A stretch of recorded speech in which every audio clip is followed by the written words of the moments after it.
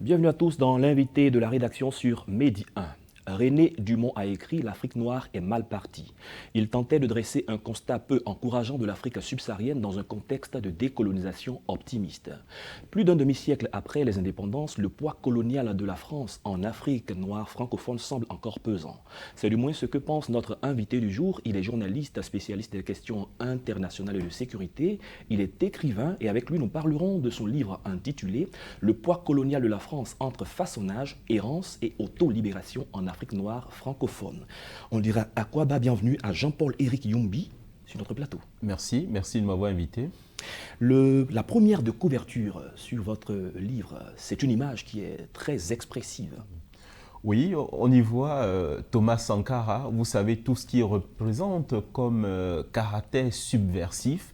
On voit également du rouge, c'est du sang, parce que bien entendu, cette relation entre la France et l'Afrique noire francophone, ça saigne.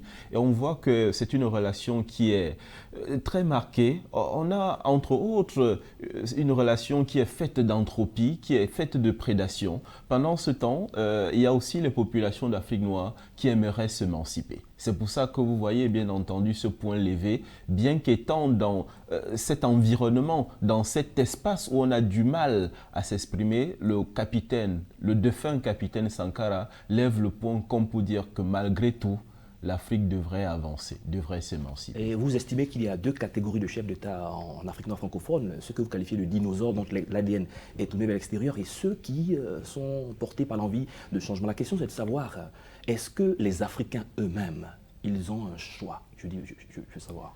Oui, vous savez, les Africains ont un choix. Tous les Africains ont un choix, c'est celui du changement. Maintenant, le problème est celui-ci, est-ce que toutes les populations d'Afrique noire francophone sont prêtes à payer le prix pour un changement qu'on pourrait même appeler rupture ou alors qu'on pourrait appeler continuité. Et je fais allusion ici à deux idées que je développe dans le livre, où je dis notamment que l'avenir de cette relation de la France et l'Afrique noire francophone ne peut se faire que sous deux sceaux.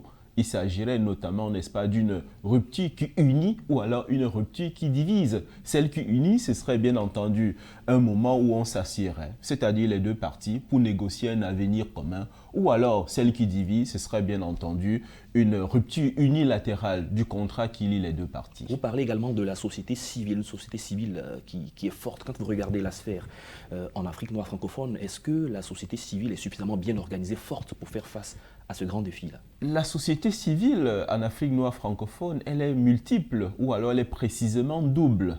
Lorsqu'elle est amorphe en Afrique noire francophone, avec quelques satrapies qui embrigadent le pouvoir, elle est un peu plus dynamique en Afrique de l'Ouest. Référence est faite ici, n'est-ce pas, au Mali, référence est faite ici, n'est-ce pas, au Burkina Faso, où vous savez qu'en ce moment, bien entendu, il y a une expression citoyenne, il y a une métamorphose citoyenne qui vise, n'est-ce pas, à revendiquer et surtout à changer ses rapports entre la France et l'Afrique noire francophone. Donc, il y a ces deux éléments. Toujours est-il que l'Afrique noire francophone doit de plus en plus travailler sur le sillon de la société civile parce que celle-ci contient, n'est-ce pas, des gènes, contient des dynamiques, contient des éléments susceptibles de projeter beaucoup plus loin une gouvernance qui, en ce moment, est beaucoup plus atone. Vous faites également une nuance entre la domination et la colonisation. Est-ce que 50 ans après, le Cameroun est toujours dominé plus que sur votre pays d'origine?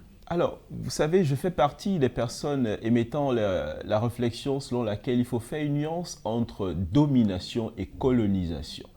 La Côte d'Ivoire, le Sénégal, entre autres, ont été des territoires colonisés par la France. Le Cameroun a été un pays plutôt dominé par la France. D'accord? Il est important que nous fassions ce distinguo parce que nous voulons léguer à la postérité l'histoire. Il ne faut pas biaiser l'histoire dans la mesure où nous souhaitons donner à nos enfants ce que nous avons vécu, afin que ces éléments qui ont été transmis puissent servir, n'est-ce pas, de reposoir pour les générations à venir et susciter un véritable développement. Venons-en à quelques propositions que vous faites dans cet ouvrage de 288 pages, notamment le nouveau contrat social. Vous parlez également du dialogue et de réconciliation et au chapitre 6, vous parlez d'une mise en place de la banque de la diaspora. Expliquez-nous. Oui, le dialogue et la réconciliation, pourquoi? Parce que les sociétés d'Afrique noire francophone sont des sociétés électriques. Je pourrais même être tranchant en disant que nous constatons de plus en plus qu'il existe ce qu'on peut appeler l'anthropophagie politique sur les scènes politiques et sociales en Afrique noire francophone. Il faut une réconciliation, une recomposition. Il faut bien entendu un assemblage d'énergie de telle sorte que ces différentes populations ensemble puissent regarder vers l'avenir. Il ne peut pas avoir de développement véritable si ces populations sont divisées. Regardez tout simplement les grandes puissances. Ce sont des grandes puissances où on constate que les forces vives sont ensemble. Parce que la République doit être sous le sceau de la solidarité. Dans la République, on a l'obligation d'être critique l'un envers l'autre, mais on a surtout l'obligation d'être ensemble. Être ensemble, ça voudrait dire tout simplement qu'à un moment donné, on pourrait dire « je ne suis pas d'accord ». Mais en République, lorsqu'on n'est pas d'accord, on ne prend pas les armes, on discute. Et c'est ce discours que j'aimerais qu'il fasse florès dans nos sociétés aujourd'hui. On passe le temps à s'entretuer et il faudrait qu'on se donne plutôt la main, qu'on se regarde et qu'on se parle en vrai. Vous avez évoqué bien entendu un autre aspect.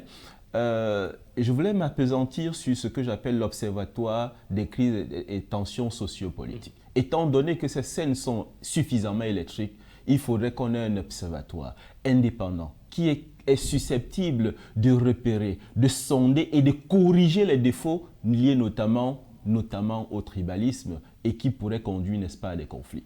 Vous avez également parlé de la Banque des diasporas. Je pense que l'Afrique a une réserve extrêmement importante, une masse d'argent au sein des diasporas. De mon point de vue, il serait important que cette diaspora soit courtisée, mobilisée de telle sorte qu'il puisse exister des banques d'investissement pour financer des projets que nous avons. Que ce soit dans le domaine de l'agriculture, que ce soit dans le domaine des infrastructures, mais je pense qu'il faudrait une véritable mobilisation pour que nous soyons dans cette logique.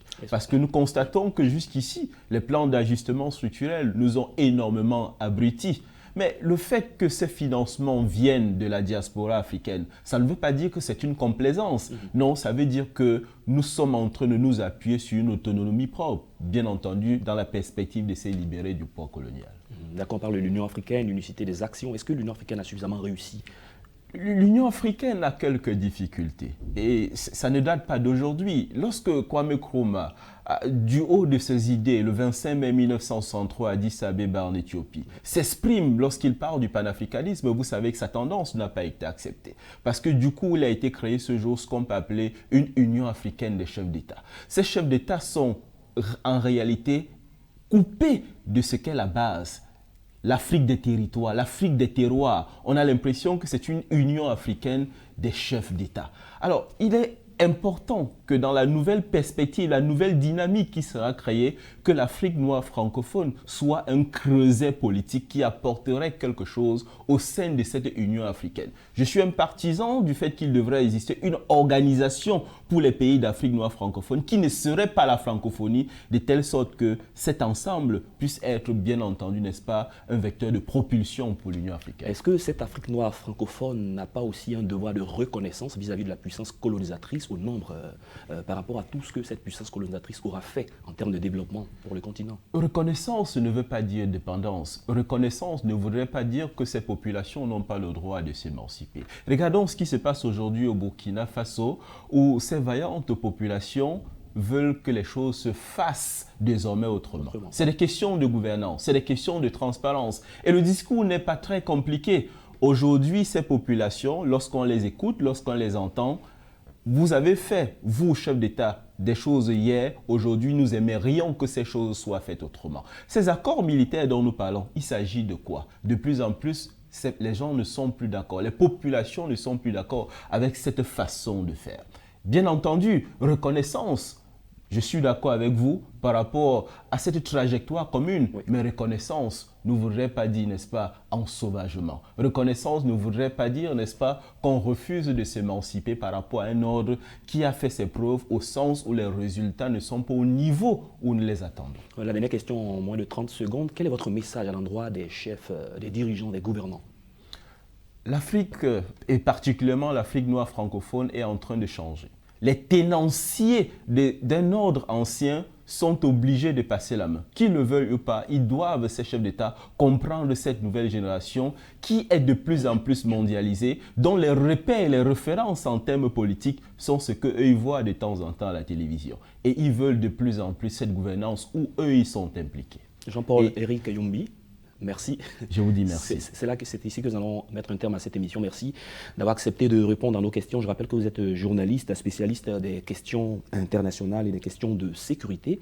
Vous êtes conférencier, écrivain, et c'est dans le cadre d'un de vos ouvrages que cette émission a lieu. Cet ouvrage porte sur le titre « Le poids colonial de la France entre façonnage, errance et autolibération en Afrique noire francophone ». Merci d'être passé sur notre plateau. C'est moi qui vous remercie.